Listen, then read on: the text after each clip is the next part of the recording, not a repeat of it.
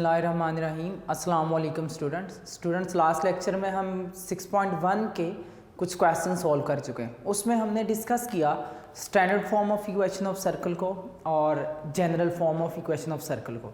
हमने देखा कि हमें जब सेंटर और रेडियस पता हो तो हम जनरल फॉर्म में पुट करके उसको सॉल्व करके जब आंसर लेके आएंगे तो हर एक आंसर स्टैंडर्ड फॉर्म में पुट किया, आंसर जनरल फॉर्म में आएगा। जो मर्जी सर्कल होगा उसको आप ओपन करके जब एक्सप्लेन करके लिखेंगे तो आपके पास जो आंसर होगा हमेशा जनरल फॉर्म में लिखा होगा। लेकिन क्या ऑपोजिट एक जनरल फॉर्म से दोबारा सेंटर और रेडियस निकाला जा सकता है? सेंटर और रेडियस हम स्टैंडर्ड फॉर्म में यूज करके उसको जनरल में कन्वर्ट कर लेते हैं, लेकिन क्या जनरल को यूज करके दोबारा से हम वही सेंटर और रेडियस फाइंड आउट कर सकते हैं? ये हमने दोनों तरीके पढ़े कि हमें अगर जनरल फॉर्म पता है तो हम सेंटर माइनस जी को माइनस एफ लिखेंगे और रेडियस क्या लिखेंगे? Square root of G square plus F square minus C. इन दो फॉर्म को हमने यूज करके सेंटर रेडियस पता था, सर्कल की इक्वेशन निकाली, इक्वेशन से दोबारा हम सेंटर और रेडियस दोनों फाइंड आउट करना सीख चुके हैं। अब जैसे हमने 4.4 में चैप्टर 4 में यूज किया कि अगर एक लाइन ओरिजिन में से पास आउट करती है तो हमने कहा था कि ये ओरिजिन के पॉइंट को सेटिस्फाई करेगी। अगर हम ओरिजिन के पॉइंट को उसमें पुट करेंगे तो हमारे पास लेफ्ट और राइट का आंसर क्या आएगा? इक्वल आएगा, क्योंकि ओरिजिन का पॉइंट उस लाइन के ऊपर लाई करता है।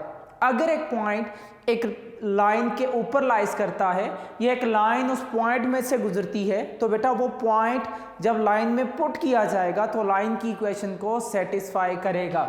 यहां पे हमें क्या कहा जा रहा है? Right an equation of the circle passes through the point. किस पॉइंट में से पास आउट करती है? ए बी सी, ये 3 पॉइंट्स है। अगर ये सर्कल इन 3 पॉइंट में से पास आउट करता है तो बेटा फिर हम ये कह सकते हैं कि ये तीनों पॉइंट्स उस सर्कल की इक्वेशन को सेटिस्फाई करेंगे।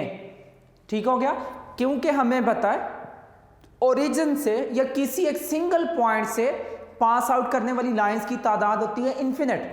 तो इसका मीन हम ये कह सकते हैं कि इन 3 पॉइंट्स में से पास आउट करने वाला, क्यों लाइन तो स्ट्रेट होती है इसी वजह से एक एक पॉइंट हम चूज करते थे, लेकिन सर्कल का हमें पता है उस पे हम मल्टीपल पॉइंट चूज कर सकते हैं। हमें यह कहा जा रहा है कि एक सर्कल है वो पास आउट कर रहा है 3 पॉइंट में से। वो पॉइंट कौन कौन से हैं? एक हमारे पास है पॉइंट ए, दूसरा पॉइंट है बी और तीसरा पॉइंट कहीं पे भी लिख लो, ये 3 पॉइंट्स हैं। अगर ये सर्कल इन 3 पॉइंट में से पास आउट कर रहा है तो बेटा ये सर्कल की इक्वेशन को सेटिस्फाई करेंगे। अगर हम इन तीनों पॉइंट्स को सर्कल की इक्वेशन में पुट करें तो बेटा आपको एक न्यू जो इक्वेशन मिलेगी वो सेटिस्फैक्टरी होगी इन 3 पॉइंट्स के लिए। ठीक हो गया? हमें क्या ये कहा जा रहा है कि आप जनरल फॉर्म का यूज करो या ये कहा जा रहा है कि आप स्टैंडर्ड फॉर्म का यूज करो? हमें ये तो नहीं बताया गया कि आप जनरल फॉर्म का यूज करेंगे या स्टैंडर्ड का। हम कौन सा यूज करें? हमें कांस्टेंट कितने निकालने? दोनों इक्वेशन को अगर हम डिस्कस करें, एक आपको नजर आती है बेटा जो हम स्टैंडर्ड फॉर्म लिखते हैं x माइनस एच का square plus y minus k का square is equal to r का स्क्वायर। अब अगर हमने इक्वेशन ऑफ सर्कल लिखनी है उसमें x और y आएगा। इसमें भी हमें 3 कांस्टेंट नजर आ रहे हैं h, k एंड r।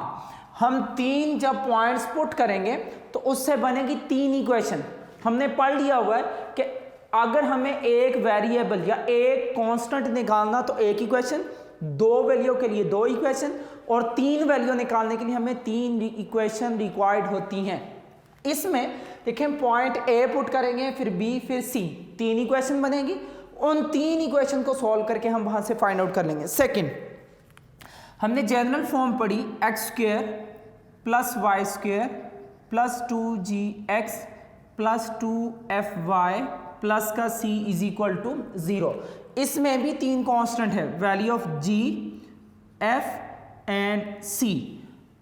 हम अगर पॉइंट ए पुट करें एक इक्वेशन, बी पुट करें दूसरी इक्वेशन, पॉइंट सी पुट करें तीसरी इक्वेशन, उन 3 इक्वेशन को सॉल्व करने के बाद हमें 3 वैल्यू निकल आएंगी g, f और c। मीन हम फर्स्ट का भी यूज कर सकते हैं, मीन स्टैंडर्ड को भी यूज करके फाइंड आउट किया जा सकता है और जनरल फॉर्म को भी यूज करके फाइंड आउट किया जा सकता है। मीन दोनों हम यूज कर सकते हैं, हमारी चॉइस है। लेकिन मैं यहां पे आप लोगों को बताऊंगा कि आप कौन सी इक्वेशन को यूज करोगे आपके लिए ज्यादा आसानी रहेगी।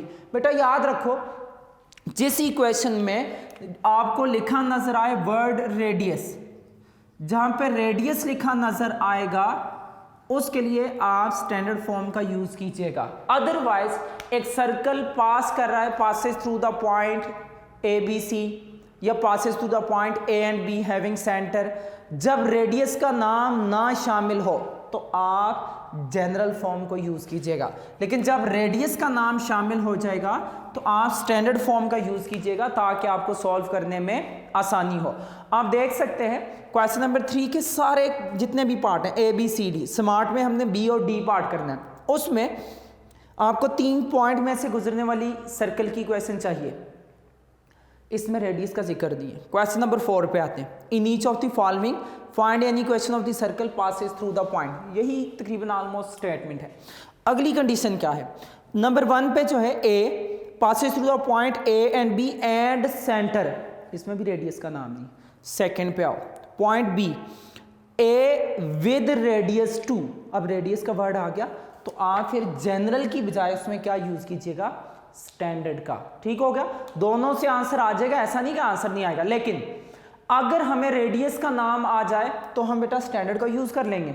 अगर रेडियस का नाम नहीं आता तो हम general form of equation of circle का यूज करके आंसर निकालेंगे। हमें आसानी रेडियस से तभी पड़ती है, हमें 3 वैल्यू निकालनी होती है। जब उसने रेडियस के दिया तो बेटा हमें ए कांस्टेंट मिल गया, बाकी एच और के 2 हम आसानी से फाइंड आउट कर लेंगे। लेकिन अगर इसमें देखा जाए इसमें तो रेडियस यूज ही नहीं होगा इसी तरह से ना, फिर हमें तीनों ही हर बार कांस्टेंट निकालने पड़ेंगे। दूसरी बात, अगर मैं इन 3 पॉइंट्स के लिए इसको यूज करूं तो मुझे हर बार a minus B whole square, a minus B whole square बार बार ओपन करना पड़ेगा।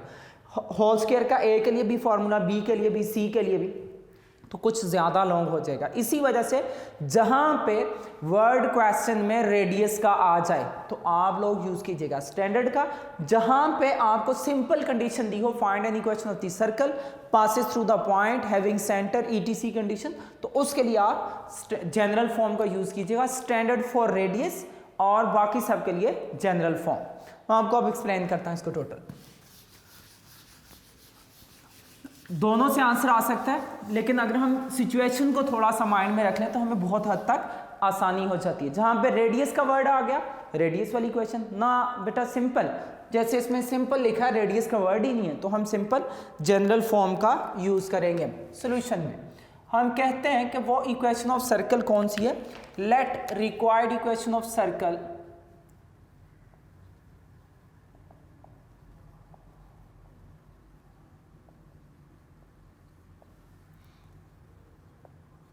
इज, वो इक्वेशन ऑफ सर्कल हमारे पास क्या है? एक्स स्क्वेयर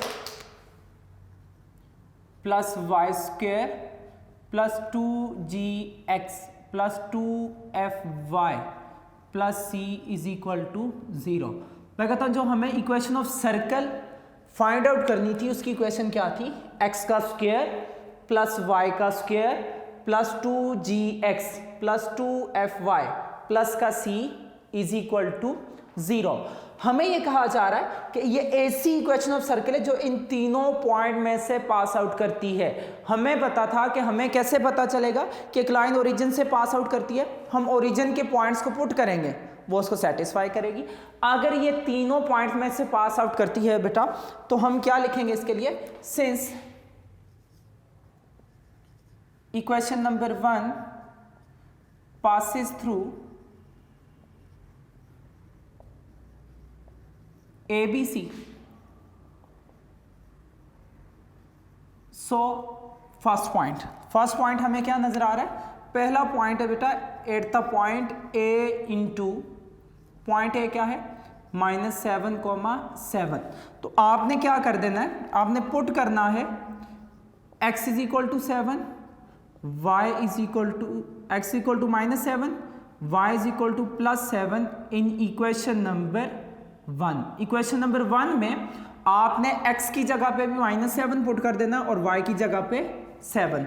जब आप पुट करेंगे डायरेक्टली बेटा देखो, आप लोग जब पुट करोगे आपके पास क्या कंडीशन बनेगी, -7 का स्क्वायर डायरेक्टली बेटा 49 प्लस -7 का स्क्वायर डायरेक्टली आपने क्या लिख देना है 49 प्लस का 2g, x की जगह पे क्या वैल्यू पुट होगी -7 प्लस 2f, y की जगह पे क्या वैल्यू होगी प्लस का 7 प्लस का c इज इक्वल टू 0।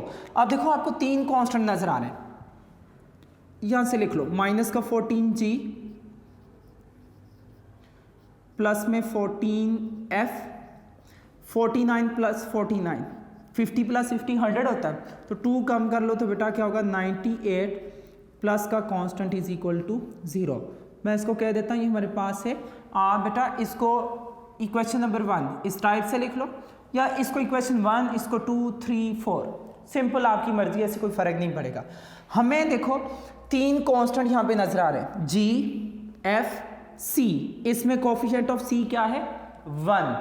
हम तरतीब से इसको सॉल्व करते जाएंगे। नेक्स्ट सेकंड पॉइंट हमें क्या नजर आ रहा है, at point b into x की वैल्यू 5 और y की वैल्यू क्या है, हमने क्या कर देना पुट कर देना है x is equal to 5 y is equal टू -1 in equation number 1।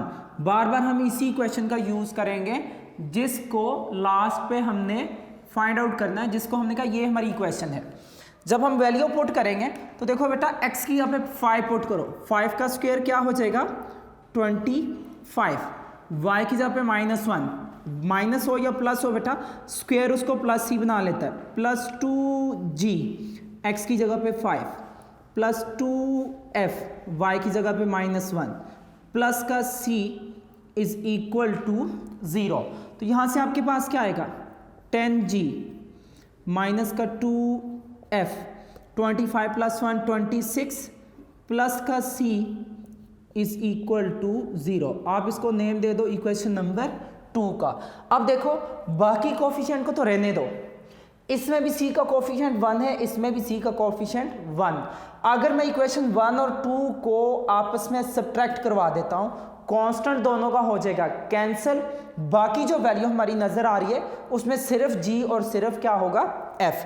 Third point, तीसरा पॉइंट हमें क्या दिया, पॉइंट c इंटू 10,0 मीन आपने क्या करना है पुट कर देना है x is equal to 10 y is equal to 0 in equation number 1, जिसको हम लेट कर चुके हैं कि हमारी रिक्वायर्ड इक्वेशन ऑफ सर्कल है। आप जब पुट करोगे नोट करो बेटा x की जगह पे 10, x का स्क्वायर मीन 10 का स्क्वायर क्या हो जाएगा, ये डायरेक्टली करना बेटा आप लोगों ने 100 प्लस 0 का स्क्वायर खत्म हो जाएगा प्लस 2g x की जगह पे 10 प्लस 2f, तरतीब से चलो लिख देता हूं क्या है x स्क्वायर 100 y स्क्वायर की जगह पे 0 plus 2gx plus 2f y plus का c इज इक्वल टू 0। साथ साथ बेटा उसकी वैल्यू भी उसकी जगह पे सब्स्टिट्यूट करते जाओ, तो 210 का क्या हो जाएगा 20g प्लस 0f यह खत्म हो जाएगा प्लस का 100 प्लस का c इज इक्वल टू 0। ये आपके पास क्या बन गई इक्वेशन नंबर 3। आप बाकी कोफिशिएंट को छोड़ लो कि g का कोफिशिएंट क्या है, f का कोफिशिएंट क्या है, तीनों में देखो आपको एक चीज नजर आ रही है, इक्वेशन 1 c का कोफिशिएंट 1 है, इक्वेशन 2 c का कोफिशिएंट 1 है, इक्वेशन नंबर 3 c का कोफिशिएंट 1 है। मीन हमें अब इन तीनों इक्वेशन को सॉल्व करके 3 कांस्टेंट g की वैल्यू, f की वैल्यू और c की वैल्यू फाइंड आउट करनी है। अगर मैं इक्वेशन 1 और 2 को सब्ट्रैक्ट करता हूं, सब में इसी तरह से कीजिएगा बेटा, देखो इक्वेशन 1 और 2 को सब्ट्रैक्ट करो, दोनों का कांस्टेंट क्या हो जाएगा कैंसिल आउट, सिर्फ वैल्यू क्या बचेगी एक g और दूसरा f। उसके बाद 2 के साथ 3 को सब्ट्रैक्ट करो, दोनों का c क्या हो जाएगा कैंसिल, एक और इक्वेशन बनेगी जिसके पास क्या होगा g और f। तो दोनों g f वाली इक्वेशन को सॉल्व करके हम क्या करेंगे आंसर निकाल लेंगे g और f का। हम g या f को पुट करके वहां से कांस्टेंट निकाल के अपनी इक्वेशन निकाल लेंगे। अब जरा नोट करो क्या करेंगे। नाउ हम इस तरह से करते हैं, सब्ट्रैक्ट करवाते हैं बेटा, सब्ट्रैक्टिंग इक्वेशन नंबर 1 एंड 2। मैं कहता हूं इक्वेशन 1 और इक्वेशन 2 को क्या कर लो, सब्ट्रैक्ट कर लो। इक्वेशन नंबर 1 आपको क्या नजर आ रही है, माइनस का 14g प्लस का 14f प्लस का 98 प्लस का c is equal to 0। Second 10g minus का 2f प्लस का 26 प्लस का c इज इक्वल टू 0। तो देखो आपके पास ये दो इक्वेशन को सब्ट्रैक्ट करने के लिए हमें पता जब माइनस किया जाता है तो साइन क्या आ जाते हैं, -14 -10, तो माइनस का 24g। यहाँ से बेटा जब साइन चेंज होंगे 14 प्लस का 2 तो 16f, साइन चेंज करें 8 - 6 तो आपके पास कितना बाकी बचेगा बेटा, हमें पता दोनों माइनस होंगे, बड़ी वैल्यू का साइन प्लस है तो प्लस आ जाएगा। 8 में से 6 जाएगा तो कितना रह जाएगा 2। 9 - 2 इज इक्वल टू 7, दोनों c क्या हो जाएंगे इज इक्वल टू 0। यहां पे अगर आप एक बात नोट करो तो क्या इन सब में से 2 कॉमन आ सकता है, अगर हम 4 देखें 4 भी कॉमन आ सकता है। अगर मैं इसमें से फॉर एग्जांपल माइनस का 4 कॉमन लेता हूं तो हमें क्या मिलेगा, 4 6 दा 24, साइन चेंज 4 4 दा 16, 8 भी कॉमन आ सकता था। चलो नेक्स्ट देख सकते हैं। इसके बाद हमें क्या नजर आ रहा है बेटा कि 72 के लिए 4 को कॉमन करेंगे तो आपके पास क्या वैल्यू बनेगी,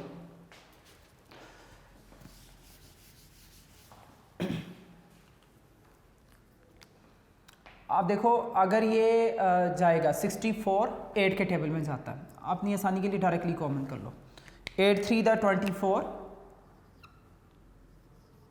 8 2 दा 16, साइन चेंज हो जाएगा और सेंटर में क्या आ जाएगा माइनस।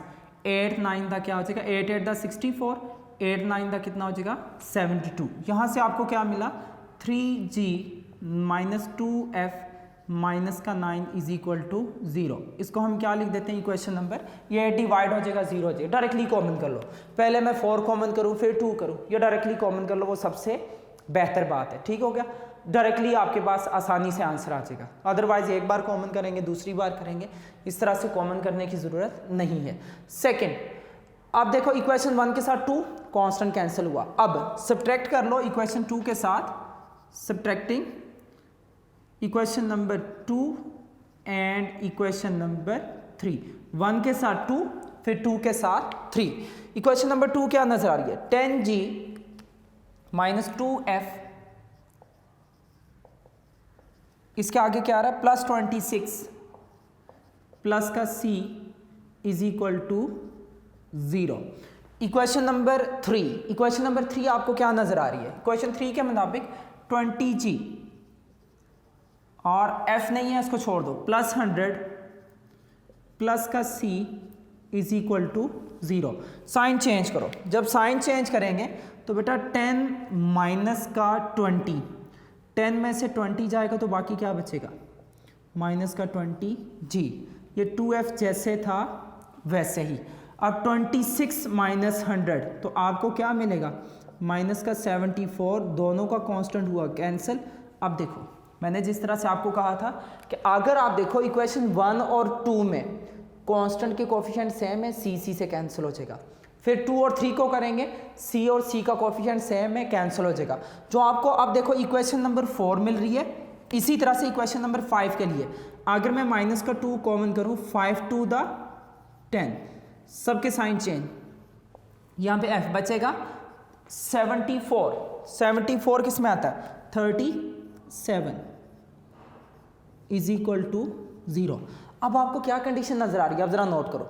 अगर आप लोग यहां से देखो आपके पास जो इक्वेशन नंबर 4 के बाद जो इक्वेशन नंबर 5 मिली, 5g प्लस का f प्लस का 37 is equal to 0, equation number 5। अब इक्वेशन नंबर 4 और इक्वेशन नंबर 5 को नोट करो, इक्वेशन 4 एंड इक्वेशन नंबर 5, इसमें आपको क्या कंडीशन नजर आ रही है? इक्वेशन नंबर यहाँ पे 9 लिखना, इक्वेशन नंबर 4 और इक्वेशन नंबर 5 दोनों को नोट करो। सिर्फ वैल्यू किस में बची है? एक वैल्यू जी में, दूसरी भी जी में, ये एफ और उसमें भी एफ। तो क्या अब दोनों इक्वेशन से जी और एफ आ सकता है? ठीक होगा बेटा। कैसे करना है? इक्वेशन 1 में से 2 कांस्टेंट कैंसिल हुआ, सिर्फ जी एफ वाली इक्वेशन बची। फिर इक्वेशन 2 से इक्वेशन 3 कांस्टेंट कैंसिल हुआ, जी और एफ की इक्वेशन बनी। अब इन दोनों इक्वेशन को सॉल्व करके हम आसानी से जी और एफ निकाल सकते हैं। हम जी एफ की वैल्यू चाहे इक्वेशन 1 में करें, 2 में करें या 3 में, वहां से कांस्टेंट सी आएगा। जब तीनों को पुट करेंगे इक्वेशन 1 में तो वो हमारे पास क्या होगी? रिक्वायर्ड इक्वेशन ऑफ सर्कल होगी। अब इक्वेशन 4 और 5 इनमें सिर्फ जी और एफ है। इनको सॉल्व करने का आसान तरीका क्या है कि या हम कोफिशिएंट को सेम बना के प्लस माइनस कर लें, या एक इक्वेशन से वैल्यू निकाल के दूसरी में क्या कर लें? पुट। तो हम इस तरह से करते हैं, इक्वेशन नंबर 5 से वैल्यू निकाल के इक्वेशन नंबर 4 में पुट कर लेते हैं। फ्रॉम 5 यहाँ से f की वैल्यू आसानी से आ सकती है, क्या निकल सकती है? -5g माइनस का 37, इसको पुट कर लो इन इक्वेशन नंबर 4। जब हम इसको इक्वेशन नंबर 4 में पुट करेंगे तो आपके पास देखो क्या मिलेगा? 3g माइनस का 2 इंटू वैल्यू ऑफ f की जगह पे क्या होगा? -5g माइनस का 37, बाकी वैल्यू हमारे पास क्या बची? माइनस का 9 इज इक्वल टू 0। क्या बचेगा बेटा? 3g minus minus plus 10g, 37 to the क्या हो जाएगा? 74 माइनस का 9 इज इक्वल टू 0। आप इसको जब सॉल्व करोगे तो आपके पास क्या मिलेगा? 13g 74 माइनस का 9, 74 माइनस 9 कितना हो जाएगा आपके पास? 65 इज इक्वल टू 0। प्लस 65 दूसरी तरफ जाके क्या हो जाएगा? अब ये 13 मल्टीप्लाई तो दूसरी तरफ जाके क्या हो जाएगा? जब आप डिवाइड करोगे तो यहां से g की वैल्यू आपको क्या नजर आई? माइनस का 5। अब इस g की वैल्यू को हम इक्वेशन 4 में या इक्वेशन 5 में पुट करें तो क्या हमें वहां से f मिल सकता है? मुझे आसान थोड़ा सा जो लग रही है वो इक्वेशन नंबर 5 लग रही है। अगर मैं इसको इक्वेशन 5 में पुट कर देता हूं तो हमें क्या मिलेगा? 5 5 था 25 प्लस का f प्लस का 37 इज इक्वल टू 0। f 5 5 था -25, इनको इकट्ठा कर लो, प्लस का 37 इज इक्वल टू 0। तो आप जब इसको इकट्ठा करोगे तो 7 प्लस 5 तो आपके पास कितना बच जाएगा? f प्लस का 12 इज इक्वल टू 0। तो यहां से f की वैल्यू क्या मिलेगी? माइनस का 12। हमें g भी मिल गया, हमें f भी मिल गया, दो कांस्टेंट आ गए, जबकि हमें 3 चाहिए थे, g, f और c। अब देखो इस g और f को मैं इक्वेशन 1 में पुट करूं फिर भी कांस्टेंट c आ जाएगा, इक्वेशन 2 में पुट करूं फिर भी कांस्टेंट c आ जाएगा। अगर मैं इक्वेशन 3 में देखूं वो मुझे ज़्यादा आसान नज़र आ रही है, तो मैं ऐसा करता हूं कि मैं सिर्फ g को मैं पुट कर लेता हूं। Put g is equal to minus का 5 इन इक्वेशन नंबर 3। जब मैं इसको इक्वेशन 3 में पुट करूंगा तो मुझे यहां से क्या मिलेगा? 20 इंटू माइनस का 5 प्लस का 100 प्लस का c इज इक्वल टू 0। 25 था क्या हो जाएगा? -100 प्लस का 100 is equal to plus c is equal to 0। तो यहां से हमें कांस्टेंट c किसके इक्वल मिल गया? इक्वल टू 0 के। जब ये तीनों कांस्टेंट हमें मिल गए, वैल्यू ऑफ g भी, वैल्यू ऑफ f भी और वैल्यू ऑफ c भी, जब ये तीनों कांस्टेंट हमें हासिल हो गए तो हम इन तीनों कांस्टेंट को जो गिवन इक्वेशन लेट की हुई थी, now put equation number g f c इन इक्वेशन नंबर 1। जब इक्वेशन नंबर 1 में पुट करेंगे तो हमारे पास क्या इक्वेशन आएगी? X square plus y square plus 2g into x. अब g की जगह पे क्या पुट होगा? 2 into minus 5 into x plus 2 f y। f की जगह पे क्या होगा? -12 into plus c is equal to, तो आपके पास देखो वो इक्वेशन हासिल होगी x square plus y square minus 10x minus 24y is equal to 0। ये वो इक्वेशन ऑफ सर्कल है जो इन तीनों पॉइंट्स में से पास आउट करती है। आप अगर इस सर्कल में पॉइंट ए को पुट करो, पॉइंट बी को या पॉइंट सी को, ये सर्कल इनको क्या करेगा, सेटिस्फाई करेगा। हम इसका आंसर देख लेते हैं। 6.1 क्वेश्चन नंबर 1 का बी पार्ट।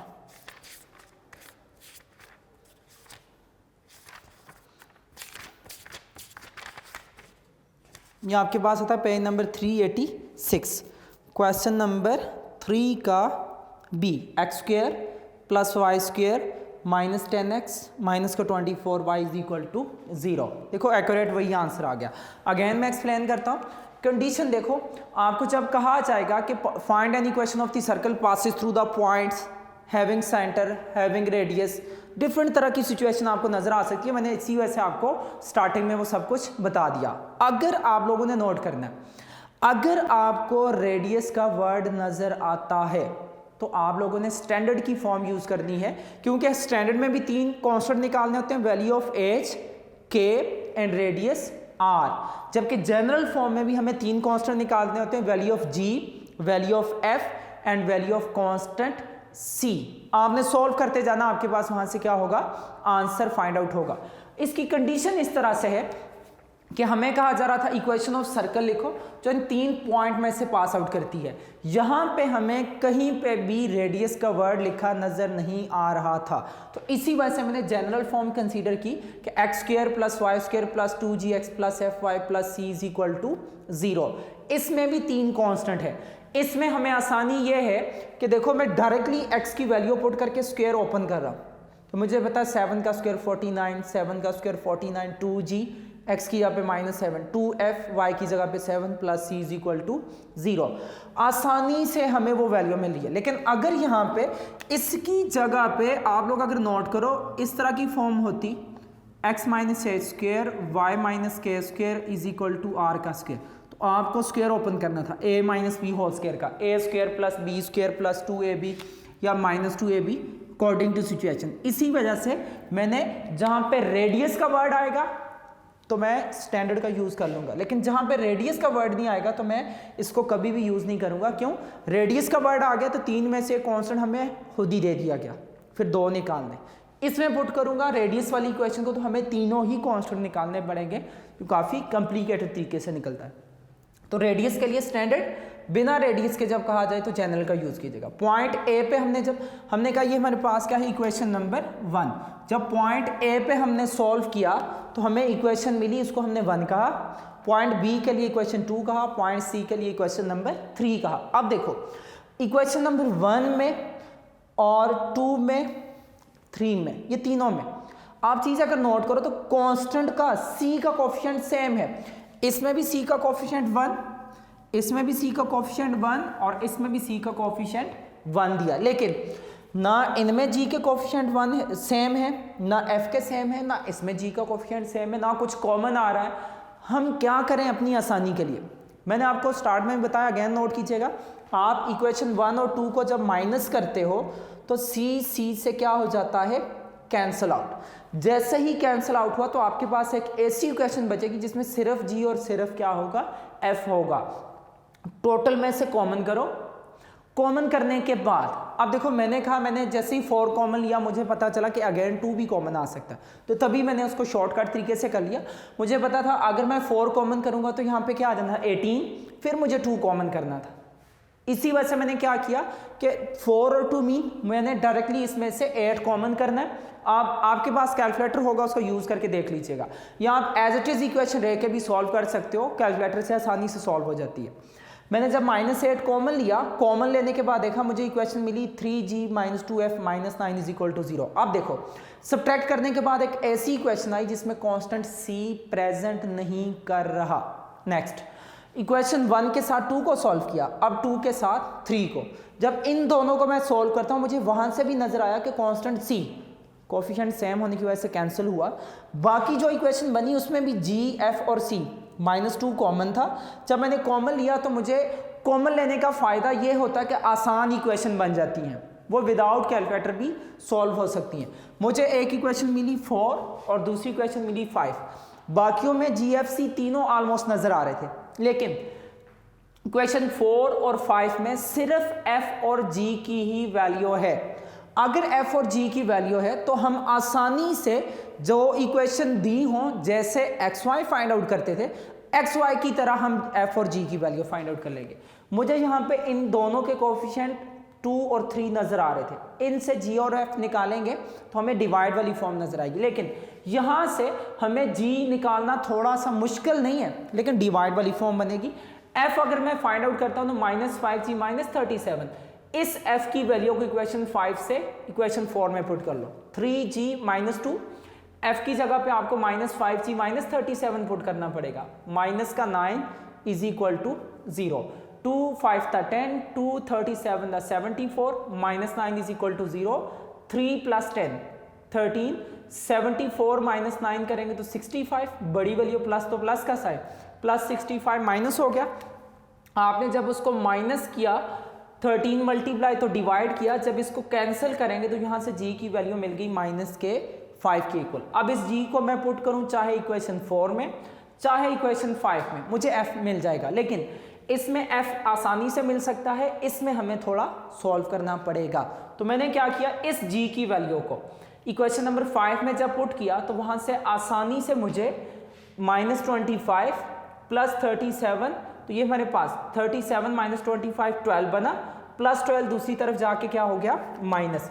जब हमने इसको माइनस किया तो वहाँ से हमें इक्वेशन मिली सेकंड कि वहाँ से F की वैल्यू क्या आ गई -12। जब G और F दो कांस्टेंट आ गए, थर्ड बहुत आसान हो गया, जब G और F की वैल्यू आ गई, हम चाहे इसको इक्वेशन 1 में पुट करें G और F को, फिर भी C आ जाएगा, इक्वेशन 2 में पुट करें फिर C आ जाएगा, या हम देखें इक्वेशन 3 सबसे आसान है कि मुझे F नज़र नहीं आ रहा, सिर्फ अकेला G है, तो मैं क्या करता हूँ, इस F G को इस इक्वेशन में पुट करता हूँ तो -100 + 100 से क्या हो जाएगा कैंसिल आउट, वहाँ से C क्या मिल गया 0, तीनों constant value of G, value of F, value of C find out हो गए। इन तीनों को जो हमने लेट किया था कि वो required equation of circle, X और Y तो रहेगा, ये जो G, F और C तीन कांस्टेंट थे, इनकी जगह पे हमने जब वैल्यू पुट की तो हमें वो इक्वेशन ऑफ सर्कल, देखो ये भी इक्वेशन ऑफ सर्कल क्या है, जनरल फॉर्म है।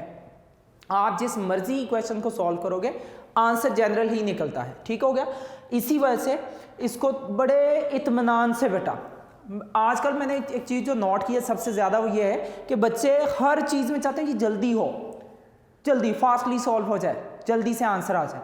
नहीं, इसमें लॉजिक्स हैं, इसमें सिर्फ और सिर्फ आपने अपने माइंड को कूल रख के कैलकुलेशन करनी है, कैलकुलेटर का यूज़ करना है, उसको कैलकुलेशन करनी है, सीधी सीधी बातें हो लिखी हैं। पॉइंट A को पुट किया, B को, C को, तीन इक्वेशन बनी, 1 के साथ 2 कांस्टेंट कैंसिल, 2 के साथ 3 कांस्टेंट कैंसिल, जो दो इक्वेशन G और F वाली बनी उनको सॉल्व करके G और F निकाला, इनकी वैल्यू को पुट करके कांस्टेंट C आ गया। सीधी सीधी बातें, हर एक क्वेश्चन इसका सेम मेथड से सॉल्व होगा, बहुत आसान है अगर आप सुकून से कैलकुलेशन करना जानते हैं। ये लॉन्ग क्वेश्चन भी बहुत इंपॉर्टेंट है, लॉन्ग क्वेश्चन के तौर पे ये बोर्ड में पूछे जाते हैं। इंशाल्लाह नेक्स्ट लेक्चर में इसकी प्रैक्टिस बहुत अच्छी तरह से कीजिएगा। अगर एक क्वेश्चन की अच्छी प्रैक्टिस है तो आगे खुद ब खुद हो जाता है। इसका पार्ट D जो है स्मार्ट सिलेबस में, वो आप लोगों ने खुद करना है। इसका नेक्स्ट क्वेश्चन मैं करवाऊँगा, आपको यही लगेगा सेम यही क्वेश्चन सॉल्व हो रहे हैं एग्जैक्टली एक तरह से। हमें 3 कांस्टेंट के लिए 3 इक्वेशन, 2 कांस्टेंट के लिए 2 इक्वेशन रिक्वायर्ड होंगी, एक के लिए 1 इक्वेशन रिक्वायर्ड होगी जो आसानी से निकल सकती है, ठीक हो गया। इसको अच्छी तरह से प्रैक्टिस कीजिएगा ताकि नेक्स्ट हमें सॉल्व करते हुए आसानी हो, समझते हुए आसानी हो। यहाँ तक आज का हमारा लेक्चर था।